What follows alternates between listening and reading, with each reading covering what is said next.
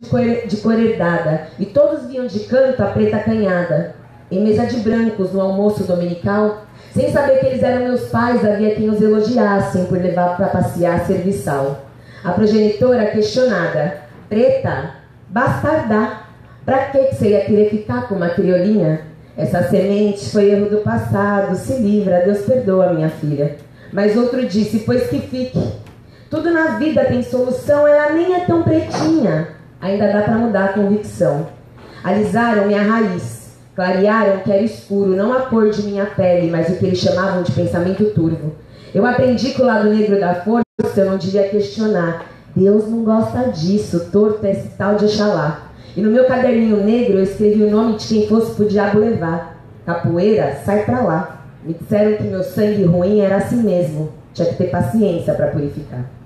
Até que um dia em minha boca a hoxa não derreteu. Me perguntei por que eu me sentia mal assim, em nome de qual Deus? Se minha mãe dizia ter eu o sangue ruim de meu pai preto, preta sereia, a cor que tenho por dentro. Eu saí de suas senzalas. Vocês não têm mais uma negra que de branca estava fardada. Finalmente eu entendi a luta. E que meu medo o diabo carrega. Eu escrevi no meu caderno negro o nome de cada um que já fez eu me envergonhar da cor de minha pele. Mas eu troquei a capa. Botei uma de suas cruzes disfarçadas para que toda a sua ignorância seja pregada. Bem longe de mim. Cabelo crespo é assim, não é ruim. Ruim é você achar que bom mesmo é clarear, tirar da minha veia o sangue que passa. Em nome de uma brancura santificada, eu passei uma vida inteira envergonhada. Mas agora eu sou assim.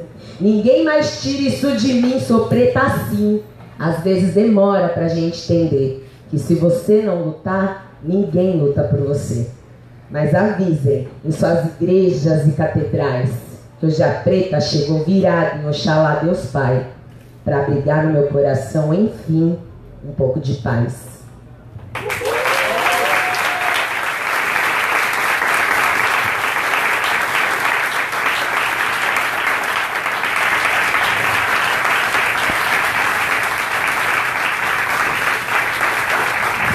Eu tenho muitas poesias que falam sobre empoderamento feminino, né? Porque nós mulheres, às vezes, quando a gente menos espera, a gente está dentro de um relacionamento abusivo e não percebe. Então, vou fazer uma poesia que é uma receita para sair de um relacionamento abusivo, tá bom? Um dia, eu peguei todo gostosa e gatinha, aí eu coloquei em minhas panelinhas. Separei a dedo o cinismo do que era ou não coisa de menina. 2 doses de recalque, 3 pitadinhas de mal amada, e em fogo alto do meu temperamento opaco, eu cozinhei cada maltrato. Eu deixei em banho-maria todas as vezes que você disse que ninguém me queria. Aí eu refoguei junto das vezes que você disse que a culpa era minha. Eu esperei de 20 a 30 anos para descobrir que era tudo mentira. Eu peguei as sobras do que tinha na cozinha, fiz sua marmita. Eu vesti qualquer roupa que eu tinha, elas estavam dobradas ao lado das minhas bonequinhas. Eu me perfumei da desobrigação de não ser mãe ainda. E entre todos os tipos de casamento, o calçado escolhido foi solteirice e desapego. Achei que na bolsa tinha muito peso, então eu decidi tirar dela todas as vezes que na cara você me apontou o dedo. E saí, mas não sem antes riscar um fósforo. Eu botei fogo na casa e em todo o remorso da louça que eu sei que você não lavaria. E de todo o cansaço que eu senti à beira da pia, foi um massacre geral, não sobrou nadinha. Mas tudo bem, porque eu nunca fui boa em brincar de casinha.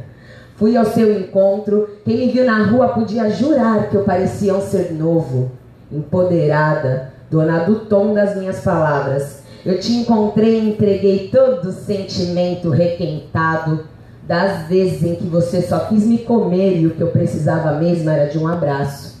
Te alimentar foi uma experiência sem igual.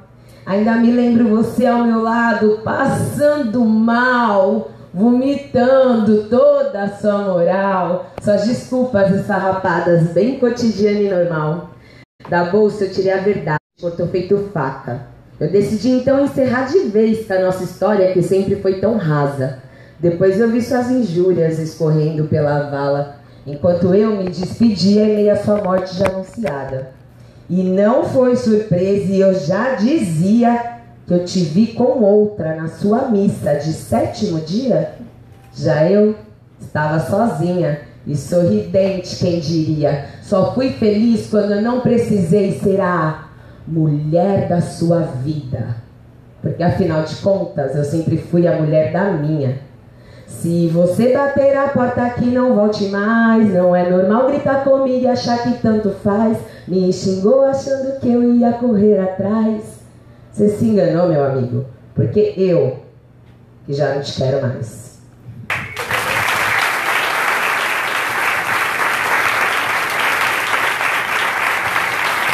Gratidão. E para encerrar, vou fazer uma poesia. Eu trabalhava numa escola, né, antes de seguir só com a vida literária. Eu trabalhava numa escola, era inspetora de alunos, e tinha uma aluninha chamada Safira. Tem uma aluninha, né? Tinha uma aluninha chamada Safira na minha escola. E aí eu fiz uma poesia, né, em homenagem a ela, por N tipo de situações que ela viveu lá na escola. Um dia eu a encontrei de canto, chorando debaixo de uma mesa, escondendo seu pranto. Eu tentei pegá-la e ela, coagida, se esquivou. Eu desconfio que ela já sabia que eu ia falar algum blá blá blá sobre amor. Eu perguntei o que houve e ela, com a voz abafada, me respondeu: eles me pegaram, tia. Tentei correr, mas não deu. Quem foi, por favor, me diz. Eram 5 meninos, mas quando eu vi, eles já estavam passando a mão em mim. Depois ainda me xingaram de preta favelada. Me humilharam, eu fui muito maltratada. Então eu a chamei, ela só enxugando as lágrimas, e eu acompanhei até a porta. Mas me doeu muito ver a sua fragilidade assim tão exposta. Eu tentei tirar um sorriso dela, que ali parecia tão conformada. Eu lhe dei um abraço, uma coçada na barriga, coisa pouca, mas que criança costuma achar graça. E antes de nos despedirmos, eu disse com a voz mais alta que o habitual: Safira, acredita, porque o bem sempre vence o mal. Mas ela me olhou como quem não acredita. Então eu lhe dei um último abraço e uma coçada na barriga. Mas na segunda, na escola, ela não apareceu. Nem na terça, nem na quarta. Na quinta eu já estava preocupada. Na sexta veio a notícia: a Safira, você não soube? Todo mundo na quebrada só fala na desgraça. O padrasto estuprou, matou e jogou na mata. Na hora eu fiquei sem reação. Te juro, me faltou chão. Tentei me acalmar para não parecer, mas me deu até desgosto de continuar a viver. Nome: Safira Silva de Andrade. Eu esqueci de dizer 11 anos de idade. O grito de socorro diário era tão abafado que eu acredito que ninguém ouviu. A última coisa que eu vi foi cada lágrima sua que caiu. Se eu soubesse, eu jamais teria deixado ela ir embora. Hoje eu não sei o que dói mais, a tragédia ou tê-la visto passar por aquela porta. Eu queria ter algo bem menos triste para contar, mas essa história mudou minha vida.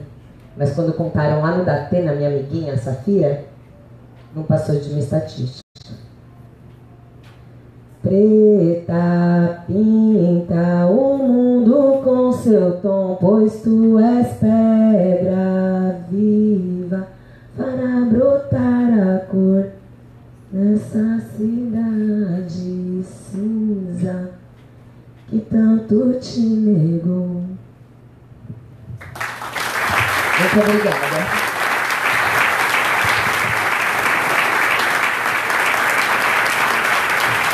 A gratidão é nossa, Mariana Félix. Gente, desculpa, normalmente eu sou o cara inconveniente, faço um monte de piada, brinco, enrolo pra caramba, falo um bocado, mas hoje a gente está com o tempo contado, apertadinho, mas a gente não podia deixar de fazer essa abertura linda que faremos. Eu tenho aqui um dever de gratidão também, né, com os nossos apoiadores e patrocinadores do Ministério da Cultura, Prefeitura do Rio de Janeiro, Secretaria Municipal de Cultura, Lei Municipal de Incentivo à Cultura, a Lei do ISS, com apoio da Ford Foundation, Open Society Foundations, a parceria do Museu da Manhã, o patrocínio da Globo, a Lei do ISS, a realização do Centro de Referência do Artesanato Brasileiro, esta casa onde estamos hoje, nossos anfitriões, que é um equipamento cultural do SEBRAE, e realização da SEC. Queria agradecer a Eliana Marim, diretora dessa casa, a Jana Perim, a Betina e a Bruna e também a Marcela, que são nossas parceiras queridas que viabilizaram esse encontro aqui hoje, pedindo perdão por estar correndo, mas que eu não quero tomar o tempo do que realmente importa, que são nossos convidados de hoje, mas não sem antes dar alguns avisos importantes. Para quem estava lá fora, quando eu dei o primeiro aviso, nós vamos estamos selecionando, está um trabalho grande, vocês são incríveis, as histórias são espetaculares, é muito difícil fazer escolhas, mas nós estamos chegando lá. E aí nós decidimos selecionar previamente 50 nomes que serão divulgados nesta segunda-feira. E aí na primeira banca, que vocês vão entender daqui a pouco como é que vai ser a banca, vai ter um grupo de profissionais que vai ouvir vocês no formato pitching. E aí a partir dessa segunda banca a gente corta para o, usando uma linguagem cinematográfica, corta para o formato de 25 participantes, ok? Então qualquer outra dúvida, qualquer outra questão, a gente pode tirar por e-mail, por telefone, se alguém quiser procurar a mim ou ao Júlio Ludemir aqui na saída, não tem problema, tá? Só porque se eu for tirar dúvida ou questões agora, a gente não consegue começar. E aí, antes de mais nada, né, o Laboratório de Narrativas Negras para o Audiovisual na sua segunda edição, então começa hoje. Eu queria agradecer muito, né, às parceiras queridas, a Gabriela Máximo e a Rita Lengruber, que construíram essa trajetória com a gente, tornaram possível, viabilizaram essa construção, né? E a presença de duas dos profissionais ou das profissionais da Globo que estarão com a gente nessa caminhada. A Carla Siqueira, cadê? Está aqui, né? A Carla Siqueira, e é porque os nomes são parecidos, e a Maria Camargo, é que eu estava com medo de falar Carla Camargo e Maria Siqueira, né? E a Maria Camargo, que esteve com a gente ano passado e foi muito bacana, né? Vejo alguns participantes também do laboratório do ano passado aqui presentes. E para começar essa conversa hoje, que abre a segunda edição do Laboratório de Narrativas Negras para o Audiovisual, eu convido meu sócio, parceiro, irmão de caminhada, Júlio Ludemir, para tomar seu assento. Um irmão querido, que eu vi moleque, quem diria, ó, sucesso, Luciano Vidigal, grande irmão querido. Mariana Jaspe participou do Laboratório de Narrativas ano passado, se destacou, hoje está num projeto já, está cheio de grandes histórias para contar, né? Orgulho e alegria tremenda de conviver. E, né, por último, mas não menos importante, Paulo Lins, irmão querido, autor de Cidade de Deus, roteirista,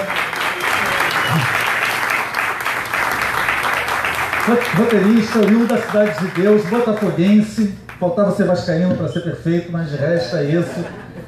Gente, muito obrigado, obrigado aos parceiros, obrigado a essa casa, a nossa equipe incrível que tem tornado a realização disso possível, nossos parceiros, Fernando Grito Filmes, Maurício Ora e todo o time, né, inclusive Vinícius Thomas, que faz nossa comunicação, Chester Prestes e Juliana Stuart, a equipe da FLUP que realiza esse evento aqui hoje. Boa temporada para vocês, lembrando que 5h30, 5h30 e pouco, a gente vai ter que encerrar, então aqueles que quiserem selfie, um abraço, né, um comentário, a gente vai fazer isso enquanto desce lá para o terraço, para não exasperar a equipe de segurança aqui que precisa fechar a casa e entregá-la direitinho, tá bom?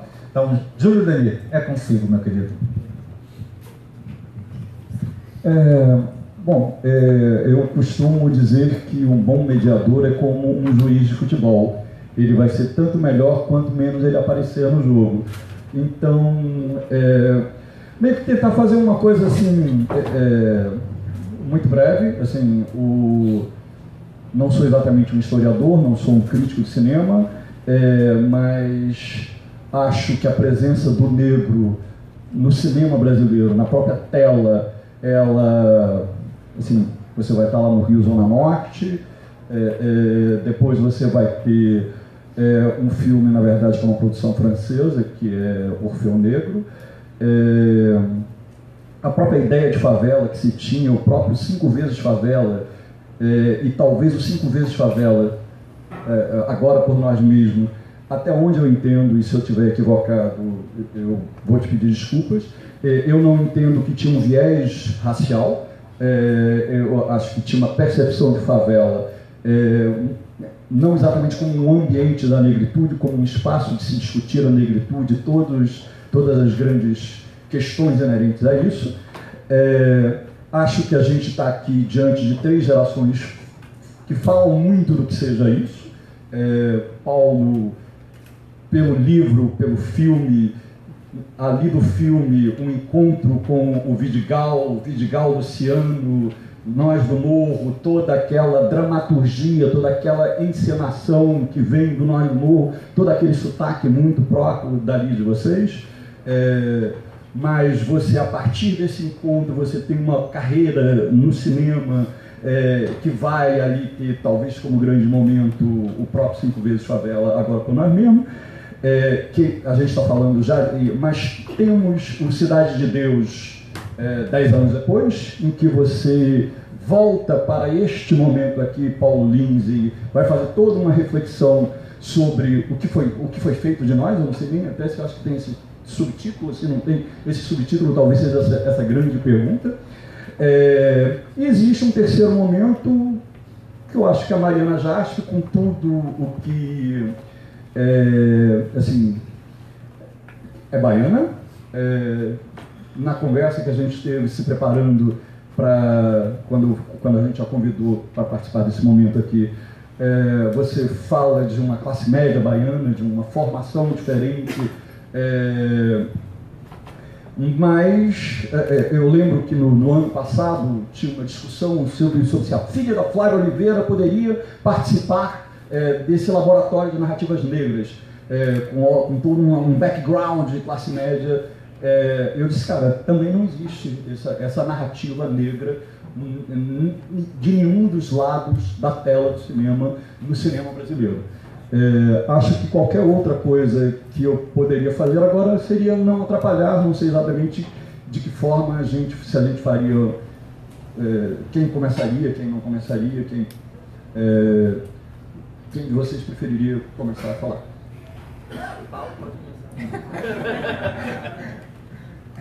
Só lembrando uma coisa aqui, do momento que foi o Paulo no ano passado, as pessoas não queriam largar o Paulo. Não só por uma importância histórica que ele tem, mas da importância de ele estar, porque assim, houve pessoas extraordinárias, a Maria falando no ano passado, foi absolutamente extraordinário, Jorge Furtado, absolutamente extraordinário, absolutamente generoso, mas no momento em que tinha um narrador, um roteirista negro, a turma não largava, assim, era uma coisa assim, no nível de uma empatia, no nível de uma representação que aconteceu no ano passado, e eu imagino que aconteça de novo agora. Boa tarde, obrigado pela presença de vocês. Bom, narrativas negras, né? A gente pensa em cultura. Uma coisa que vem na minha trajetória de trabalho, essa coisa de favela, de falar de favela, a minha relação com a própria televisão, o cinema e a literatura é de violência. Que não deveria ser, mas porque era o que mais me incomodava. Na favela, talvez, a coisa que mais me incomodava era a violência. Ainda é a violência. E eu convivia com isso o dia todo. Morava do lado da boca. E quando eu comecei a fazer samba enredo, que era só falar bem do Brasil. Samba enredo, antigamente, a gente era obrigado a falar bem do Brasil. E quando veio a oportunidade de escrever um romance, e baseado na minha vida, eu tinha que falar da violência. Não tinha nada mais importante na minha vida do que a violência. Aquela coisa de seu pai sair para o trabalho e morrer, a polícia te dar um tiro, do banheiro te pegar e te dar um tiro, você vivendo ali. Então, era o que eu tinha para dizer. Mas antes, nos anos 80, quando veio a geração do rock, eu estava nessa geração ali por baixo, fazendo coisinha independente, aquele cara chato que faz poemas, livros independentes, vai vendendo, oi, gosta de poesia, vendendo lá? Eu fiz isso. Né? E veio o pessoal dos anos 80, veio Chacal, Cabelo, essa turma. A gente começou a fazer poesia e veio na música, veio aquela coisa do rock branco brasileiro, né? Titãs, Paralamas, Arnaldo Antunes, né? Cazuza, Lobão. E o rock, a música dominou esse rock branco bom. Eu gosto do Cazuza, sou fã do Cazuza, do Arnaldo Antunes. Mas nos anos 80, nos anos 90, né, a coisa mudou. A gente sabe que mudou, veio muita coisa. O hip hop apareceu os Racionais, já apareceu nos anos 80, mas apareceram os Racionais, o Rapa, né? O cinema também veio com isso, veio Cidade de Deus, Tropa de Elite. Aí eu fui para a Globo fazer com a Cátia Lund Cidade dos Homens, tinha feito com o Cacá Diegues, Orfeu da Conceição. Aí a Lúcia Moura veio também com um filme sobre violência, que era Quase Dois Irmãos. E eu entrei para essa coisa de cinema, de televisão, e comecei a trabalhar com isso, mas sempre vendo esse lado da violência, né? Porque era preciso falar sobre isso. Tanto é que o hip hop veio assim, também. Os Racionais vieram assim, que foi o Taíde veio assim, que era já uma coisa que a gente precisava falar, né? Hoje eu fico muito feliz que o Racionais caiu no vestibular da Unicamp, né? Isso precisa ser refletido, debatido, e teve aí uma inclusão cultural, né? Era preciso falar, porque antes não se poderia fazer um Cidade de Deus na ditadura militar. E foi só acabar a ditadura, foi acabar essa proibição de se fazer o que se queria, que vieram vários trabalhos. A periferia de São Paulo, vários poetas, né, negros da favela, nós do Morro, né, vários trabalhos, e estamos aí e a coisa melhorou. Eu sou otimista em relação a isso. Agora, a questão hoje de você falar um laboratório de narrativas negras, o que é narrativa negra? O que significa isso? Né? A gente hoje pode botar na televisão, pode botar no cinema, na literatura, as pessoas sem cor. Uma turma de médicos que podem ser negros, podem ser brancos, ainda não se faz isso, mas já pode pôr. Pode botar empresários negros, pode botar universitários negros, médicos negros, hoje, mas não se bota ainda. Ainda não é o lugar, esse lugar ainda não foi ocupado com naturalidade para se distinguir que a empregada não vai ser negra, o patrão não vai ser branco, isso ainda não existe. Então, é por isso que há esse laboratório aqui, por isso que há essa luta. Essa aqui é uma luta, essa aqui é uma batalha de inclusão. Agora, em relação a narrativas negras, o que eu tenho que falar é que hoje, né, hoje e sempre, a nossa luta sempre foi por dinheiro, né, sempre teve dinheiro envolvido, mas sempre o inimigo, o que pode dar dinheiro, é de outra raça. Sempre é assim, né? Hoje, a grande guerra que há no mundo são dos muçulmanos e dos judeus, lá na faixa de Gaza, lá em cima, né? Aquela coisa de você não acreditar no meu Deus, eu te mato. É assim. E no Brasil ainda é assim, né? Quanto mais você pegar... Eu estou falando aqui... Quanto mais você falar e desmobilizar o outro do seu antepassado, mais ele fica frágil. Então, essa guerra cultural é a maior forma de você enfraquecer, quando você tira a cultura da pessoa, você tira a história dela, você enfraquece. E foi por isso que, no Brasil, os escravos tinham que mudar de nome, não podia falar em religião, não podia cultuar os seus orixás, né, para enfraquecer. Você tinha que aprender a ter o Deus do outro. Até hoje é assim, né? E o negro, que deveria ter entrado na sociedade através do trabalho, porque foram 400 anos de escravidão, não entrou através da cultura. Eu sempre falo isso. Entrou através da cultura, porque o que mais fortalece a gente é a cultura. Aquela coisa de que tudo é substituível, isso é o Otávio Paz que fala. Ele fala que o carro substituiu a carroça, a metralhadora substituiu o tacape, a casa substituiu a caverna, mas a Ilíada não substituiu a Odisseia. Carolina de Jesus não substituiu Raquel de Queiroz. Guimarães Rosa não substituiu Machado de Assis. Da mesma forma que São Jorge não substitui Ogum. Né? Não vai substituir. Deus não vai substituir Oxalá. Então, enquanto eu não te enfraqueço culturalmente, você ainda é forte. E foi assim que se fortaleceu toda a luta do negro no Brasil. Teve luta armada, várias lutas armadas que a gente desconhece. O brasileiro em si não tem essa história contada. Né? A história é sempre uma só, do negro apanhando, do negro escravizado, mas as lutas não são contadas. Várias insurreições no Brasil todo, na América do Sul toda teve isso. Essa luta é muito grande. E a maior forma de enfraquecer é você pegar e tirar a cultura de um povo. É isso que você faz. Quando você tira a cultura, quando você é desprovido daquilo que o seu tataravô pensava, ou amava, ou queria, você fica mais fraco. Na França, por exemplo, é assim, você vai em Guadalupe, por exemplo, que é um território francês, não tem uma macumba, não tem um tambor, não tem nenhuma religião. Todo mundo é católico, os negros são católicos, mas mesmo assim são considerados pessoas de segunda classe. E sem força para lutar. Então você chega, você acha que está tudo bonitinho, mas não está.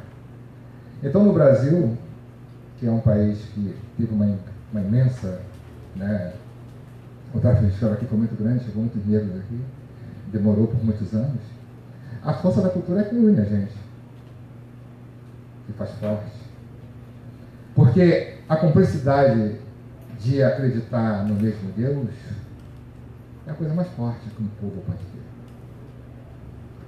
A complexidade de você gostar de uma cultura ou de um chá, você poder acreditar que aquilo que sua avó te ensinou, você vai ter que passar para o seu filho, né?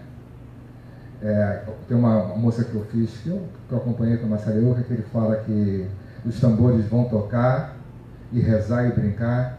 Os tambores vão tocar, vão rezar e brincar, construindo a identidade que meu pai me passou e meu filho passará. Então, assim, é essa nossa vontade de escrever, que hoje não precisa mais, já foi dito, né, durante anos, agora na última década, sobre violência e tal, é a gente pegar e trazer o que a gente tem de melhor, que é a nossa cultura. Botar isso para frente, nossa história, que foi apagada. Foi apagada no ensino, foi apagada nas universidades, não se conta direito, e tem muita coisa aí. Tem muita coisa escrita, tem muito livro, tem muito trabalho feito sobre a cultura negra, sobre religião, né? O porquê, né, disso tudo. E a gente tem que trabalhar com isso, procurar essas histórias e contar essas histórias. Eu acho que a forma de você não ser cooptado por uma outra religião, né, que não é a sua, de você não odiar aquilo que seus pais cultuavam, porque a pior coisa é isso.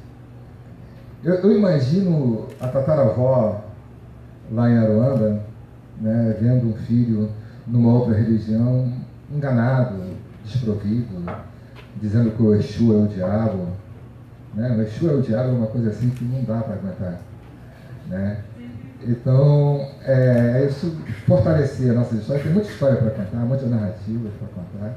A violência ainda existe. Né? Eu fui assaltado agora terça-feira. Foi uma coisa horrível. E assim, na hora eu peguei Eu ia encontrar com o Mano Brown e com o seu Jorge. Olha só. Fui encontrar com o moleque que me assaltou. Aí estava a Cidade de Deus, Capão Redondo, e o Gogó da Ema, o cara vai lá e me assalta. Aquela questão assim, da malandragem toda, a coisa que as pessoas que mais falaram sobre criminalidade. Aí eu falei assim pro Mano Brown, porra, me assaltaram agora, estava assim, é mesmo, me assaltaram, rapaz, tá difícil. Eu falei assim,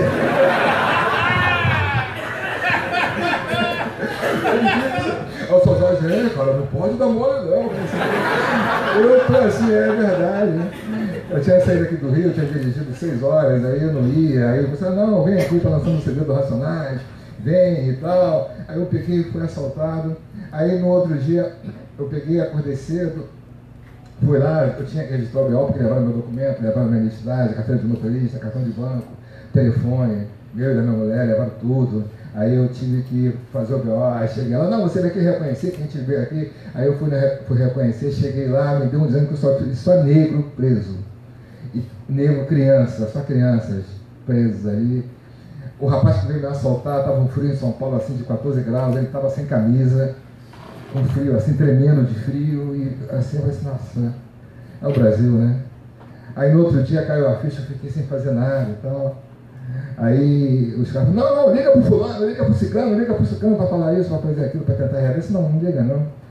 E mesmo se eu reconhecesse, eu não sabia o que ia fazer se eu reconhecesse, só queria que ele me desse de volta a minha documentação, essas coisas, né? As fotos do meu filho no celular e tal, essas coisas que a gente tem. Mas o Brasil ainda é isso, né? Eu vou terminar. É necessário que a gente pegue e busque essas histórias, que a gente possa ainda lutar. Hoje já se pode fazer, né? Uma família negra normal, em qualquer situação, no teatro, no cinema, na televisão, que sejam os médicos negros, que sejam os engenheiros negros, os empresários negros, né? A minha faxineira é branca, uma coisa assim que eu falo com ela fala assim, não, mas você nunca vi, não, me chama de como é que é, seu Paulo. Aí eu falo assim, não, eu sou o único negro que mora no condomínio, uma coisa assim, é o Brasil, né? Aí ela viu, quando ela me viu assim, ela não acreditou que eu seria o patrão dela, aí ficou me olhando, aí eu falei assim, não, mas tá tudo bem, tá tudo tranquilo, pode ficar à vontade. Né? Eu morava lá em São Paulo, eu morava numa rua, eu morava em Perdizes. Aí, dia de semana era tudo normal, de segunda até sexta-feira, tudo normal. Aí ela sábado domingo eu senti alguma coisa estranha ali em Perdizes. E minha amiga, uma amiga que trabalha comigo, a Puca, Doga Rachid, ela morava na mesma rua, morava no prédio, eu morava no outro. Eu ia pra casa dela, eu só tinha isso, ela ia pra minha casa e ia pra casa dela. E assim. Aí eu ficava ali andando com ela, a gente ia sair, ela me apresentou o bairro, que eu fui morar no outro lá, né, me apresentou e tal. Aí eu fui ver que sábado e domingo só tinha eu de preto naquele lugar, não tinha mais ninguém. Então os pretos só vão ali até sábado à noite, sexta-feira, meio-dia. Deu domingo, então eu falava assim pra Duca, vem cá, só tem eu de negão aqui, né, Paula? Aqui é assim, ali em Perdizes, né? Então, essa coisa, isso que a gente vive, essa realidade que pouca gente vê, só quem é negro que conhece, na verdade, que as pessoas, você não precisa ser um branco racista, mas você está acostumado a chegar nos lugares de que tem maior poder aquisitivo, só tem negro, só tem branco. Eu comecei a sentir o racismo quando eu me formei na universidade, que eu comecei a frequentar, que eu tive mais dinheiro, que eu comecei a frequentar outros lugares, que eu vi sentir o racismo. Eu só vi sentir racismo fora da Cidade de Deus, quando eu mudei de classe social. Aí eu fui sentir o racismo, né? Mas agora está tudo tranquilo, a gente está lutando, estamos aí juntos, né, Mariana? Manda bala aí. Obrigado.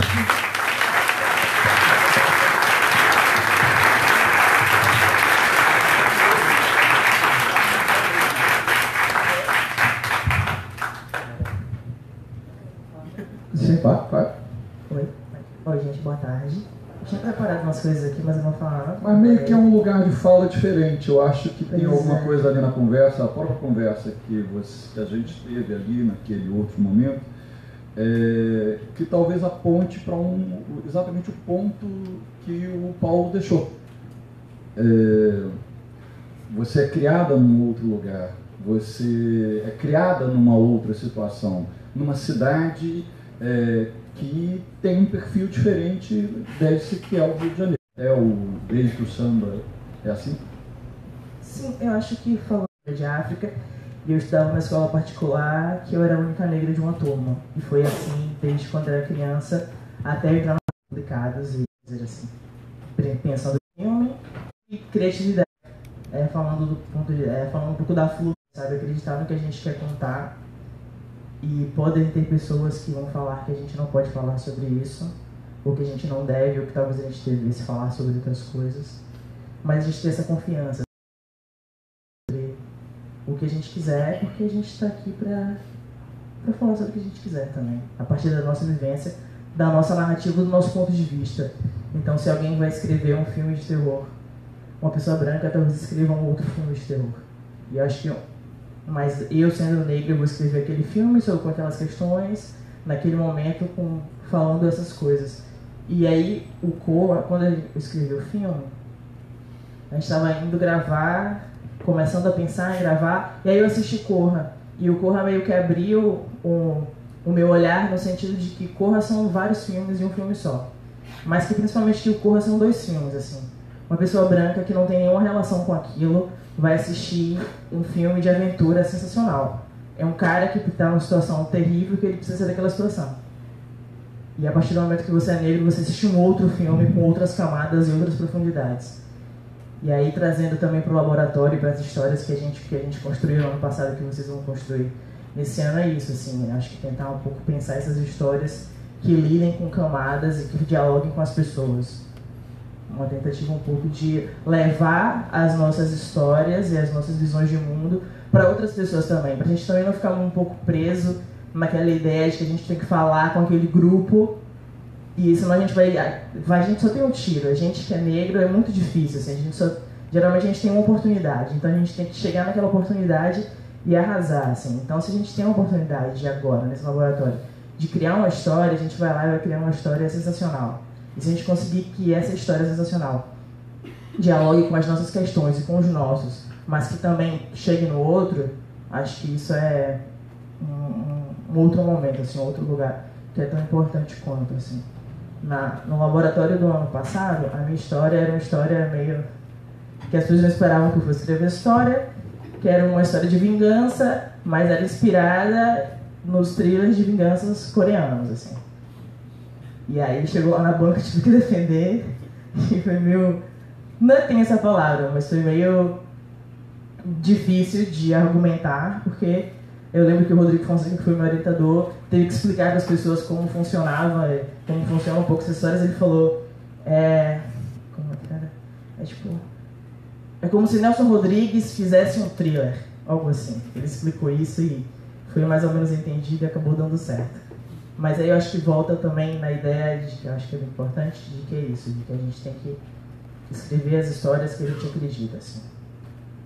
E escrever bem, escrever com qualidade, mas acreditando, sabe? A gente vai ouvir, e no laboratório vão vir várias pessoas e vários palestrantes, e você tem que ir lá no final e perguntar várias coisas para eles, e cada um vai te dizer uma coisa diferente, que às vezes não é o que você queria ouvir, e aí você dá uma filtrada naquilo, e você tira um pouco o que eu posso tirar disso e trazer para a minha história, mas sempre tendo em mente que é a sua história, assim, é o que você quer contar. Então, se você admira, não aconteceu isso, tá? Mas se você admira muito o Paulo, e aí no final você vai falar com ele e fala, cara, que história é essa aí? Não é legal, não. Aí você filtra o que ele te falou, tenta tirar dali, mas segue no teu rumo, assim, sabe? Segue e confia na tua história, porque senão, se a gente não confiar na história da gente, não tem história, é a história do outro. E eu acho que é um pouco isso que eu tinha pra falar. Eu tinha falado umas coisas, mas enfim. Mas continue. Tem uma coisa, eu queria só pegar, você está falando da experiência do laboratório do ano passado, houve algumas coisas ali que são muito diferentes do que a gente está colhendo esse ano. Não que a gente escolheu, mas das histórias que chegaram. Por exemplo, tinha um imaginário distópico. Tinha uma turma que, por exemplo, eu sou de uma geração em que o nosso sonho era fazer um longa. e eu achava engraçadíssimo. Em toda a conversa as pessoas tinham uma série e já estava na 8ª temporada. Eu disse, cara, eu jamais conseguiria imaginar em, sei lá, 25 minutos ali. Por outro lado, esse ano, e isso nos leva assim, ao manancial de possibilidades sobre narrativas negras. Por exemplo, assim, teve gente que propôs quase que um épico de Dandara, de Gazomba, de não sei o quê, pararacarau. Outro foi ali procurando o bicho, uma biografia de Paulo da Portela. Olha aqui, uma cinebiografia de Paulo da Portela que absolutamente não tem a ver com o que é um Dandara, e menos ainda com as coisas distópicas dos mundos nos quais você não pode circular por conta das perseguições policiais, etc. e tal. É vastíssimo o campo de narrativas em que você vai incluir ou não incluir o negro. Tentando pegar assim o quanto eram diferentes esses dois momentos e ao mesmo tempo eles são absolutamente iguais. Acho que narrativas que você pode incluir ou não o negro também é complicado, porque o negro está em todas as narrativas, então o tempo inteiro, a gente está em todos os lugares e construindo as coisas o tempo inteiro. É isso. Tentar colocar na casinha e o tempo inteiro a gente vai ter que estar dentro daquelas casinhas. Assim. Então, esse projeto aqui, vamos colocar esse negro aqui, não. Porque, não sei, acho que é meio... Não sei se eu entendi muito bem o que você falou, bem, mas acho que é isso, assim, a gente está em todos os lugares e pode escrever sobre todas as coisas. Por isso que eu bato um pouco nessa tecla do escrever sobre o que a gente pode escrever sobre o que a gente quiser, a gente vai escrever sobre o que a gente achar que tem que escrever. E o que a gente não conhecer, a gente vai conhecer. Por exemplo, na minha história... É uma mãe que a filha dela é assassinada e ela vai se vingar. Ponto. E aí, por que ela vai fazer vingança com as próprias mãos? Porque ela acredita que o Estado, quem deveria resolver essa situação, a polícia não vai resolver. Só que aí eu fui pesquisar sobre isso e eu fui ver e assistir inúmeras matérias de mães, porque eu não sou mãe. Eu perguntei à minha mãe, ela falou, jamais faria isso. Eu falei, putz, e agora? E aí eu fui assistir matérias e pessoas negras, pobres, de comunidades, que a gente sabe como a polícia funciona, né, nessas situações, mas que quando acontecia isso com um filho, a pessoa ia na televisão e falava, eu espero que a justiça seja feita. Então, quando você está numa situação extrema dessa, você espera que a justiça seja feita. Eu não sabia como eu ia fazer essa mulher partir para justiça com as próprias mãos. Eu fui na delegacia prestar uma queixa. E eu descobri que ia dar tudo errado. E aí o cara falou, você tem que fazer isso, isso e isso, você vai me trazer uma foto impressa, porque eu vou mandar para você. Eu falei, cara, você não pode escanear a foto? Se você vai mandar para um sistema de internet, você não pode escanear a foto? Não, tem que trazer. Aí você vai lá na delegacia de desaparecidos, acho que era no Engenho Novo, não lembro. E aí eu cheguei lá, não tinha ninguém, tava vazio, completamente vazio. Entrei por o prédio enorme, eu entrei no prédio inteiro sozinha, ninguém falou comigo nada. Então eu me coloquei no lugar daquela mãe e falei, não, isso aqui funciona. Então o que eu não sabia que iria funcionar para a história, eu fui lá, pesquisei, vi como acontece e pronto, encontrei, funciona para a minha história. Então assim, não tem nada que a gente não possa fazer, não tem nenhum lugar que a gente não possa acessar. Seja do que a gente já conhece ou de possibilidades, é só ir lá e cavucar e conseguir. Outra coisa na minha história que precisava ser crível. Como que um corpo que aparece num bairro X do Rio de Janeiro e foi jogado no... Como é que essa mulher, esse corpo foi jogado aqui, foi encontrado no córrego aqui, de onde veio esse corpo? Olhamos nas câmeras de segurança dessa região, não tem nada. Aí teve um caso muito parecido, que na verdade eu me inspirei nesse caso. Eu fui no lugar que o corpo na mala foi encontrado, e eu fiquei 3 horas no domingo lá, rodando, olhando, perguntando, conversando com as pessoas para entender. E aí eu descobri, não, então tá, se esse cara jogar essa mala lá, não sei aonde, a correnteza trouxe. Como é que essa mulher vai encontrar isso? Ela vai entrar no córrego e vai vir caminhando contra a correnteza. Se a correnteza trouxe, ela vai entrar e vai caminhar contra, e em algum momento ela vai chegar no lugar. E assim foi. Então, assim, são exemplos, trazendo para o laboratório mais uma vez, é que assim, a gente não deve ficar preso na ideia de que a nossa ideia é muito genial e que se resolve ali no papel. Acho que a gente tem que pesquisar e encontrar subsídios para transformar nossa história numa história crível para o outro, assim. Porque quem vai assistir um filme, não é você que vai assistir o filme sempre, você. São outras pessoas que vão assistir. É porque eu terminei o filme agora, eu já assisti o filme umas 50 vezes, não aguento mais. E aí eu exibi, nada a ver, mas eu exibi pro meu amigo e ele falou, detestei. Aí eu falei, por que você não gostou do filme? Porque é um filme de terror. Eu falei, ótimo, é isso. Tá. Se não gostou porque não gosta de filme de terror, tá bom, não é porque o filme é ruim, alguma coisa do tipo. Mas enfim, acho que é isso, assim, só voltando pra pergunta que eu não lembro mais. Mas que não tem lugar pra gente, tá? A gente tá em todos os lugares e se a gente também não tiver hoje, a gente vai estar amanhã, a gente vai procurar, a gente vai pesquisar, a gente vai fazer. Porque, sei lá, um roteirista branco ou um diretor branco, ele também não tá em todos os lugares. Mas por que as pessoas confiam nele pra fazer as coisas? Por que não confiam na gente? Então, acho que é um pouco... Não, é meio... Não sei, acho que posso ofender pessoas falando isso. Mas eu acho que em determinadas situações a gente tem que... A gente é negro e ponto, sabe? Mas a gente não tem que ficar preso nessa ideia de eu sou negro, então eu sou eu e eu vou lá fazer, sabe? Porque outra pessoa de outra cor, de outra etnia, poderia ir lá fazer. Acho que ser negro tem que ser libertador sempre, não uma amarra. Acho que é um pouco isso.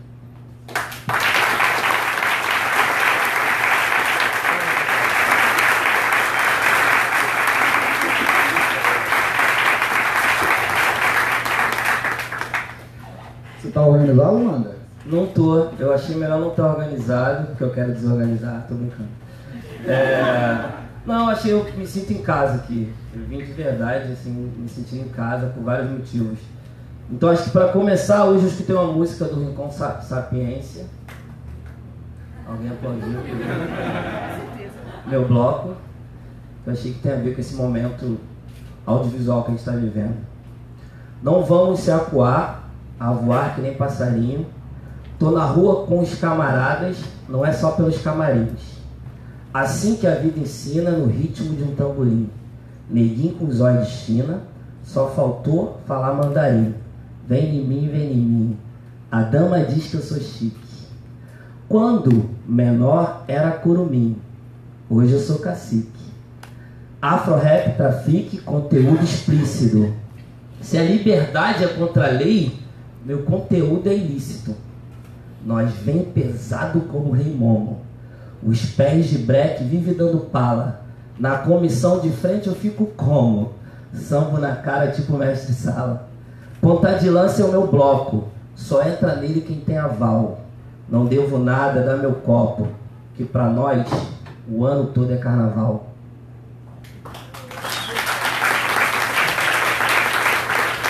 Eu acho que isso resume esse momento porque eu encontrei com o Paulo Lins ali, eu falei, ei Paulo Lins, como é que você tá? Ele falou, tô muito feliz.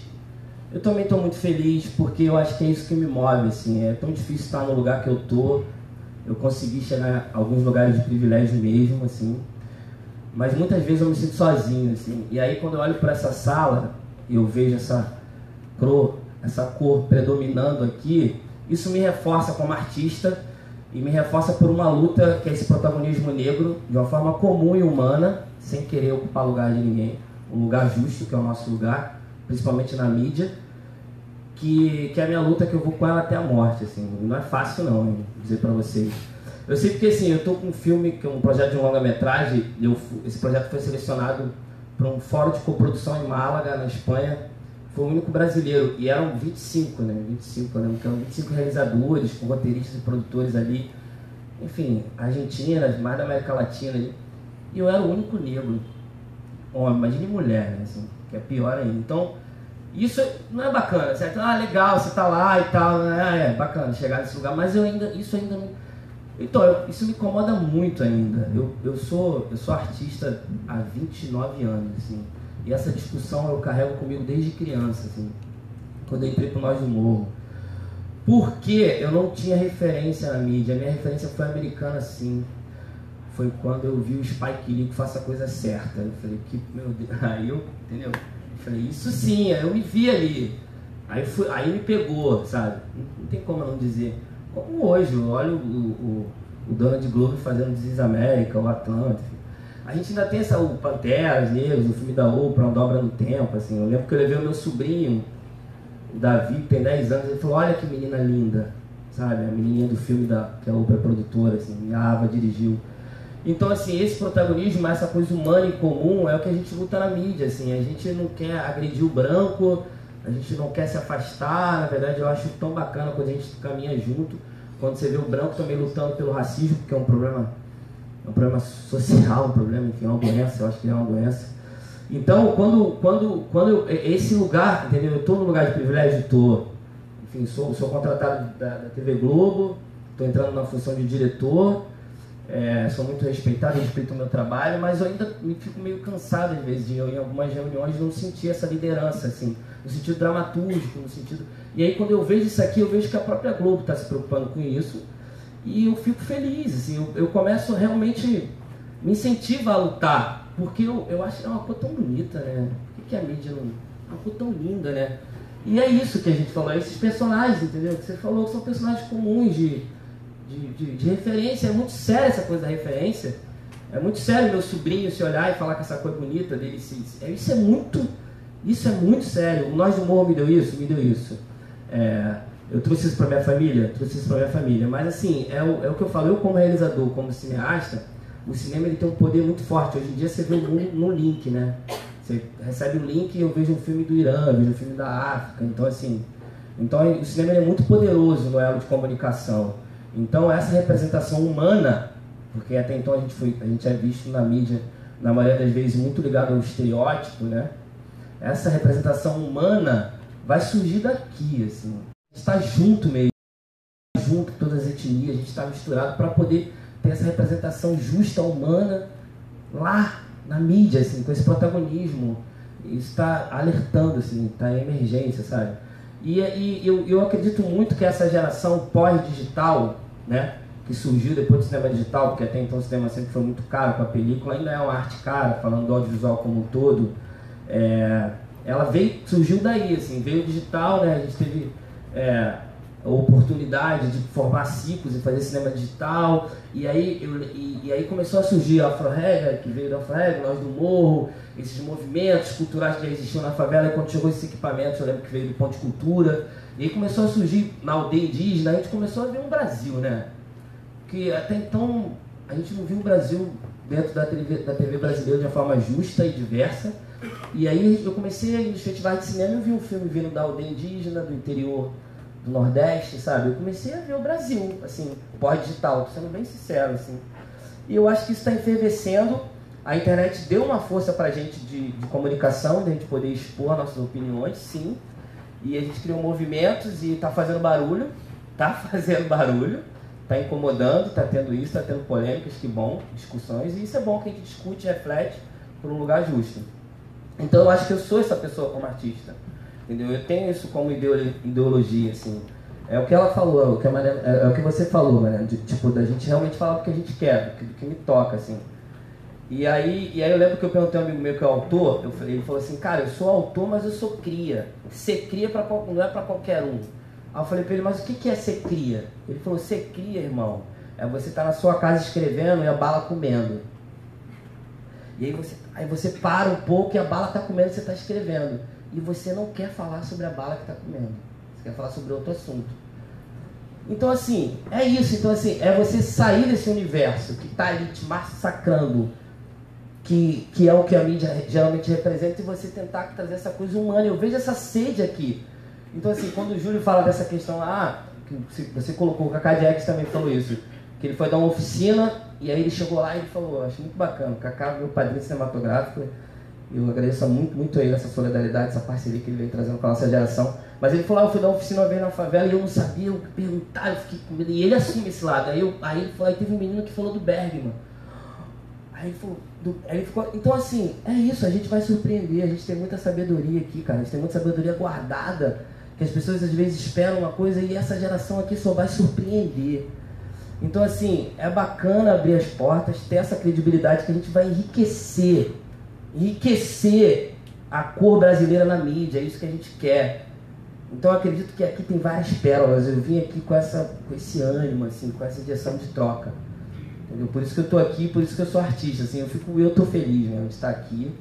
Eu acho que não é fácil você trabalhar você ter grandes referências, você ter grande conteúdo no seu trabalho. Eu aprendi que a qualidade é que te mantém no mercado, entendeu? Não tem essa, é o Luciano, diretor negro de favela, não. Eu vou ver o filme, se o filme é bom ou ruim, eu quero saber da origem dele. Então, assim, a qualidade é a ferramenta de inclusão, a qualidade é a ferramenta que a gente vai poder discutir, é a nossa porta-voz, assim. E eu acredito que aqui tem muitas histórias que vão fazer um Brasil mais justo e melhor, assim. É muita coisa para falar, é muita coisa aqui dentro, e aqui eu me sinto em casa. Eu estou muito emocionado, muito feliz, e a minha esperança está muito forte aqui dentro. Que a gente vai ter uma mistura bonita e ter um Brasil mais colorido e diverso, que eu acho que está precisando.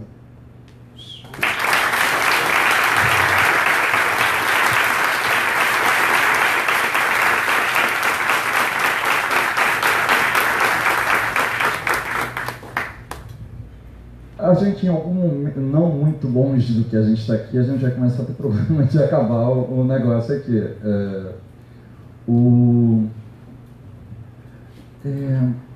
Você em algum momento falou, eu lembro muito do ano passado, aquele que a gente viveu lá, e eu lembro de você falando que o seu segundo romance é um romance mais importante do que o seu primeiro romance, ainda que naquele momento nós estivéssemos vivendo o 20º aniversário do Cidade de Deus. E você, naquele livro, você estava contando a história disso aqui, disso que a gente... Então, essa luta é muito política, ela é muito forte, é uma guerra, assim, é uma guerra. A escravidão foi uma guerra. Talvez a que matou mais gente no mundo. Muito maior do que o Holocausto, por exemplo. A gente está estudando, vendo os trabalhos, a gente vê que a base da moderna economia europeia foi em cima do tráfico de escravos. Então o negócio é muito cruel, não é fácil. Né? E quando eu falo em narrativas negras, quando eu falo em contar a história do negro no Brasil, porque ela foi escondida por muito tempo, a história da África, por exemplo, por uma questão política, por uma questão proposital, é político isso. Então, quando eu peguei e fui fazer o Descrição da Samba, escrever esse livro, eu vi que o que o Pixinguinha, o Ismael Silva, a Brancura, o que essas pessoas fizeram, o que morreu de gente para a gente ver uma escola de samba? Eu sou mangueirense, como se fosse uma coisa, eu torço pela Portela. Muita gente morreu por causa disso. Foram presos.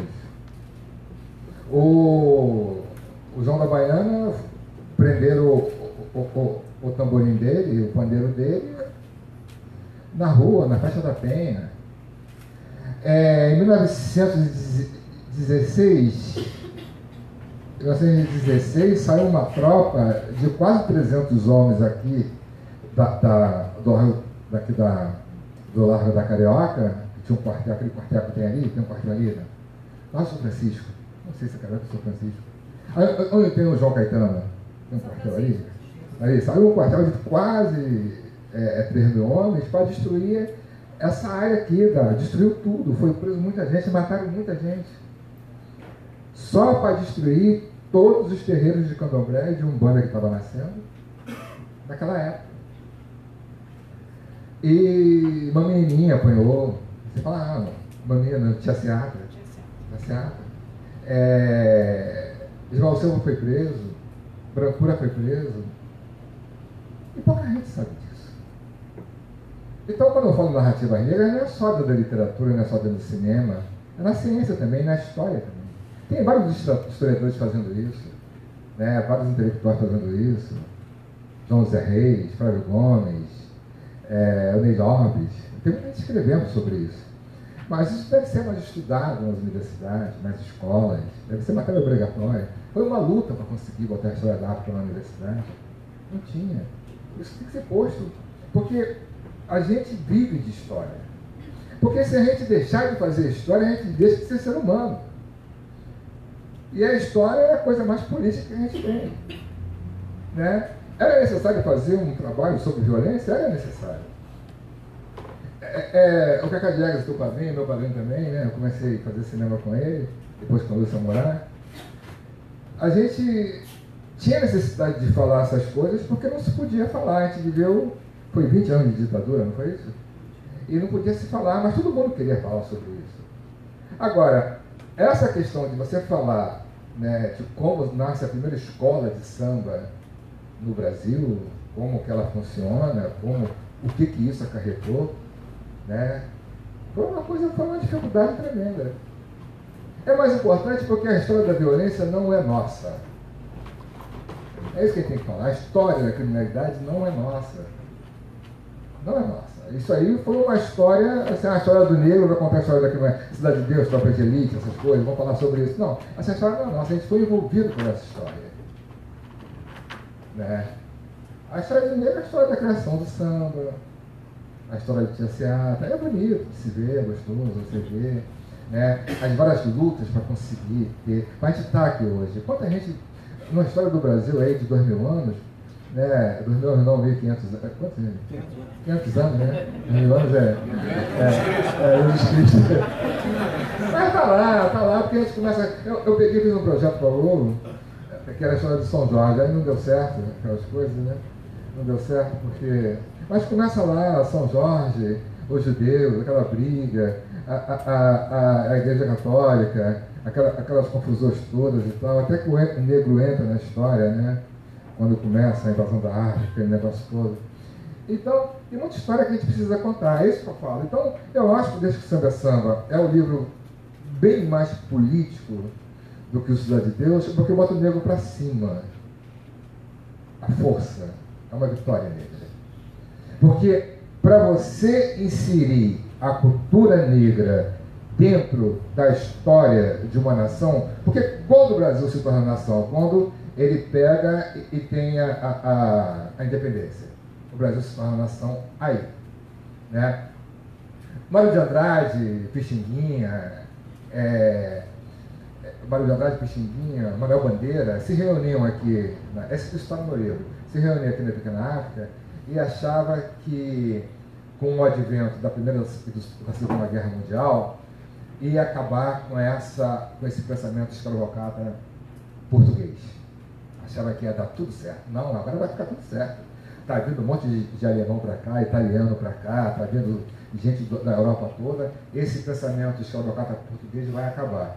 Não acabou. O preconceito foi revitalizado de alguma forma, né?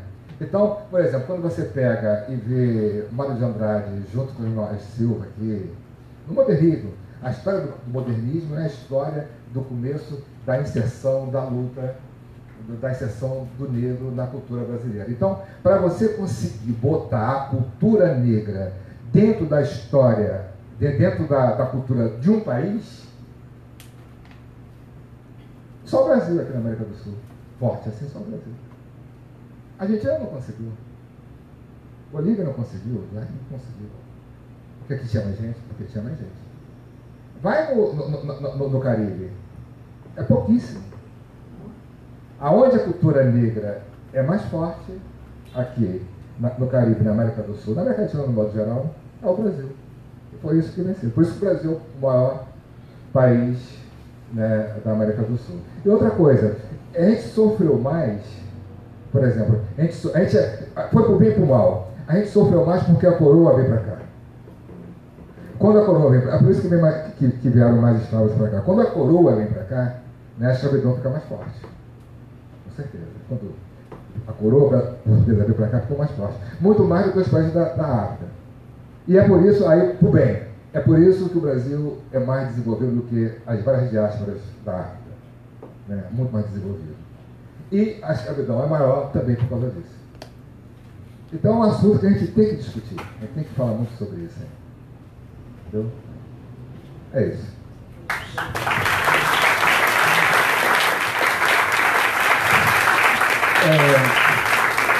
Eu estou olhando para ela aqui, ela... Eu não sou culpada. Não joga esse peso em mim. Não, eu não quero jogar o peso, mas eu não, assim, ao mesmo tempo que a gente está quase que tornando isso aqui só no nível celebrativo, porque a gente teria mais 3 horas de conversa aqui, e eu estou achando que eu queria forçar ao máximo a barra com você, mas eu também não quero ser indelicado com você, nem quero jogar o time todo contra você. Quantos minutos? Tá, mais 10. Mais 10 minutos. Então, alguém tem alguma pergunta? Ela levantou primeiro aqui, eu vi aqui, eu vou dar para quem levantou primeiro. 10 minutos. A gente tem que responder rápido. Oi, eu sou Luana Ará. É uma pergunta para os 3. 2 perguntas. Eu sou atriz, estudante de roteiro. Já realizei 2 curtas. Primeiro, a gente sabe que cinema é uma arte muito cara, né? Por mais que você queira contar a narrativa numa perspectiva negra, eu, por exemplo, não consegui nem que o designer, o folder, fosse um corpo negro do meu curta, apesar de o protagonista ser negro, a história ser negra, enfim.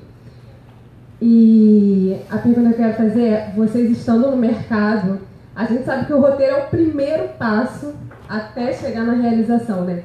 Como é que vocês lidam com isso do personagem que você imaginou de um jeito, que você quer que seja de um jeito, e às vezes até mesmo você conseguindo colocar um ator negro no filme, seja pela iluminação, pela filmagem, pelo figurino, esse protagonismo negro é meio que apagado. Eu queria saber como é que vocês lidam com isso, se vocês não têm o comando de todas as instâncias produtivas assim. É isso. Vou responder rápido. Eu dou sorte, porque onde tem negro me chamam para fazer, sabe? Eu dou sorte. Tem crioulo na parada, chama Paulo Lins, tal, foi assim. Né? Então, comigo isso, eu não tenho problema com isso, não. Porque sempre quando eu estou, me chamam para trabalhar, desde o quê? Desde o clipe do Rafa, desde o Cidade dos Homens, mais o quê? Esses trabalhos sempre me chamam. Tem legal, me chamam. Então, graças a Deus existe negro no Brasil. Falando da experiência do meu curta, a história tinha dado história, mas aí os 2 atores, a gente, para fazer o diálogo, que é o principal do filme, a gente teve a reunião e a partir das experiências de nós 3, eu desenvolvi o diálogo, mas como eu também dirigi, tipo, foi tudo do jeito que eu quis, assim, fiquei uns 8 meses. A gente gravou uma primeira diária, depois gravou uma segunda diária, mas a fotografia eu pesquisei e eu briguei com o diretor de fotografia que era branco, porque tinha que ter a iluminação do jeito que eu queria, e trouxe referência. Na finalização, um amigo meu de São Paulo que fez a cor, eu fui para São Paulo, sentei com ele lá, a gente ficou fazendo take a plano para ficar do jeito que eu tinha pensado. Então, acho que, não sei se no mercado funciona muito assim, porque é o meu filme, então tinha que ficar do jeito exato que eu queria. Mas eu acredito que no mercado, na vida real, assim, não funciona muito assim. E aí, assim, no mercado de trabalho como roteirista agora, eu faço parte de uma equipe e no momento que eu sou roteirista, um roteirista escreve, assim, não tem muito... Essas decisões estão para além, para outro momento, inclusive. Mas, sei lá, acho que se um projeto é seu, você tem que mandar mesmo, saber muito bem o que você quer, você tem que ter o filme na sua cabeça o tempo inteiro. É uma coisa que era meio chata, porque eu fechava o olho, eu assistia o filme, e hoje o filme é do jeito que eu sempre imaginei. Mas para chegar entre o papel e isso é um processo, é desgastante, as relações se desgastam porque as pessoas vão deixando as coisas meio pelo caminho, vão fazendo meio de qualquer jeito, e eu não aceito muito isso. Mas assim, acho que é um pouco não é dureza a palavra, mas é firmeza sempre e muita certeza do que você quer, porque se nem você sabe o que você quer, não é outro que vai saber. Acho que é certeza e firmeza, assim. Quando o projeto é seu, quando o projeto é dos outros, certeza e firmeza também, sempre. Eu acho que essa consciência política é muito importante, porque eu sou ator e também sou diretor, assim. Como diretor, sempre foi muito tranquilo, assim. Eu nunca vivi esse conflito em relação à formação de equipe, ou esse protagonismo, assim. Com essa personalidade que a gente carrega com a gente, com as suas opiniões, aí você tem que manter ela. Agora, é legal que como ator, eu vivi uma experiência agora muito interessante, assim. Porque só tinha eu e mais uma atriz negra numa série que eu estava fazendo. E o elenco era quase todo branco, e aí a única cena que eu tinha com essa personagem, a gente brigava, numa cena séria, assim, e aquilo me incomodou, porque tem essa consciência da nossa representação, né, na dramaturgia. E aí incomodou a atriz também, ela falou, cara, é a única cena nossa, assim, E como a gente tem esse conteúdo, assim, a gente chegou na diretora, a gente conversou com a diretora e falou, o meu tom, ele pode mudar, assim, eu posso tratar ela como parceira, ao invés de eu brigar, porque é o único momento que tá os dois negros nessa cena. A diretora aceitou, assim, funcionou. Então, assim, eu acho que a diplomacia, o diálogo, o argumento também é transformador, eu acho.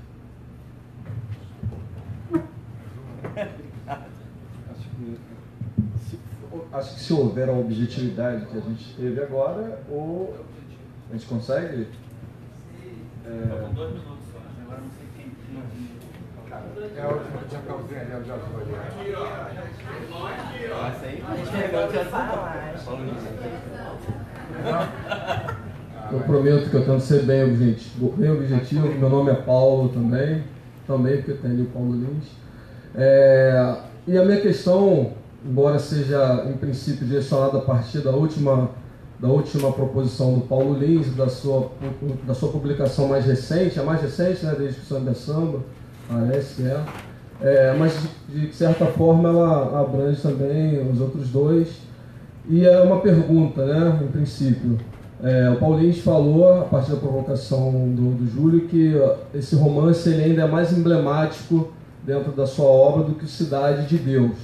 E aí eu pergunto o seguinte, você considera que ele teria a mesma capacidade de ser cinematografado ou mesmo produzido para TV, como foi o Cidade de Deus? Se não, o que imbricaria talvez nessa dificuldade, se é que ela de fato existe? Eu pergunto isso partindo até de uma experiência pessoal com o seu livro. Eu, de posse do livro em casa, fazendo a leitura, e aí o meu irmão, e aí tem uma questão que você traz em alguns momentos com relação à religiosidade brasileira, esse conflito religioso no Brasil, e esse meu irmão é de uma religião protestante. E aí ele viu eu fazendo a leitura na minha casa desse livro e perguntou, que livro é esse? Aquela capa bonita, vermelha. É um livro do Paulo Lins e tal. Paulo Lins, Cidade de Deus, que massa, deixa eu ver. E aí, vendo rápidas passagens do livro, na contracapa, ele meio que tá amarrado, sangue de Jesus sem poder, alguma coisa do tipo.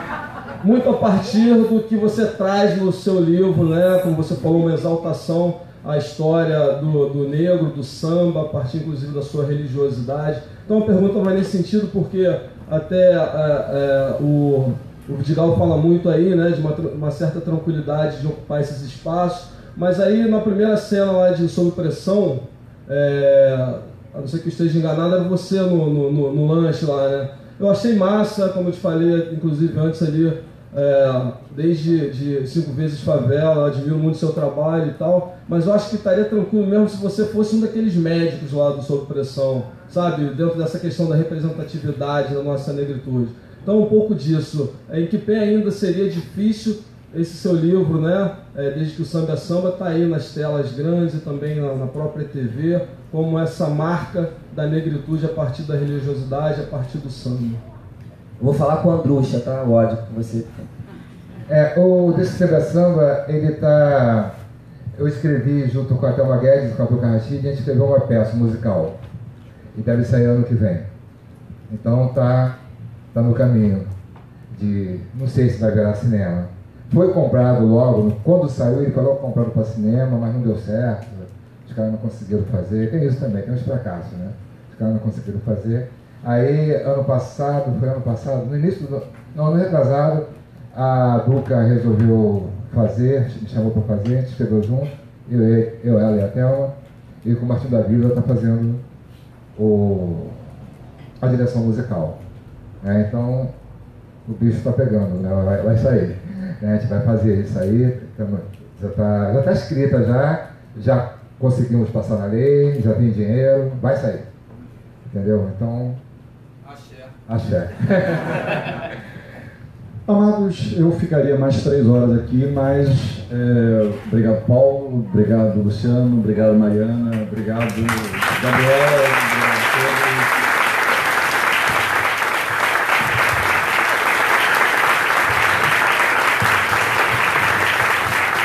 Mariana, quer dar um encerramento? Pessoal que está entrando no laboratório, eu só queria dizer assim para vocês que acreditem mesmo, porque ano passado, no dia da palestra do Paulo, eu falei, Paulo, posso te tietar? eu só tirei foto com 2 pessoas na vida. Tipo, o Gilberto Gil, posso tirar uma segunda com você? E aí eu tirei a foto com ele, postei no meu Instagram e tal. E hoje a gente tá trabalhando junto, assim, na equipe, com a grande Maria, maravilhosa, que vai dar aula pra vocês também. Então, assim, acredito. Gente, rapidinho, queria lembrar, não é chatice nossa, tá? Não é arrogante, não é nada. A gente não vai ter como fazer abraços e selfies e etc. aqui, porque a gente precisa fechar a casa. Mas eu tenho certeza que o Paulo, ele não é uma pessoa antissocial, ele vai atender todo mundo, mas lá embaixo, ok? Outra coisa, rapidinho, só para reiterar o agradecimento aqui, a nossa parceria com a Rede Globo, que tornou possível esse abraço da Mariana, que é um abraço simbólico de muitos outros abraços que houve e haverá nesse processo nosso da FLUP. E dizer que além da Maria Camargo e da Carla Siqueira, o Sérgio Gundenberg, também da Globo, está presente. Cadê o Sérgio Gundenberg? Cadê? Aqui, Sérgio Gundenberg, presente também, mais um parceiro que está no time aí, que vai caminhar com a gente nesse ano aí. Gente, obrigado. Segunda-feira daremos notícias e sábado que vem tem mais um. Obrigado, gente. Um abraço, até breve.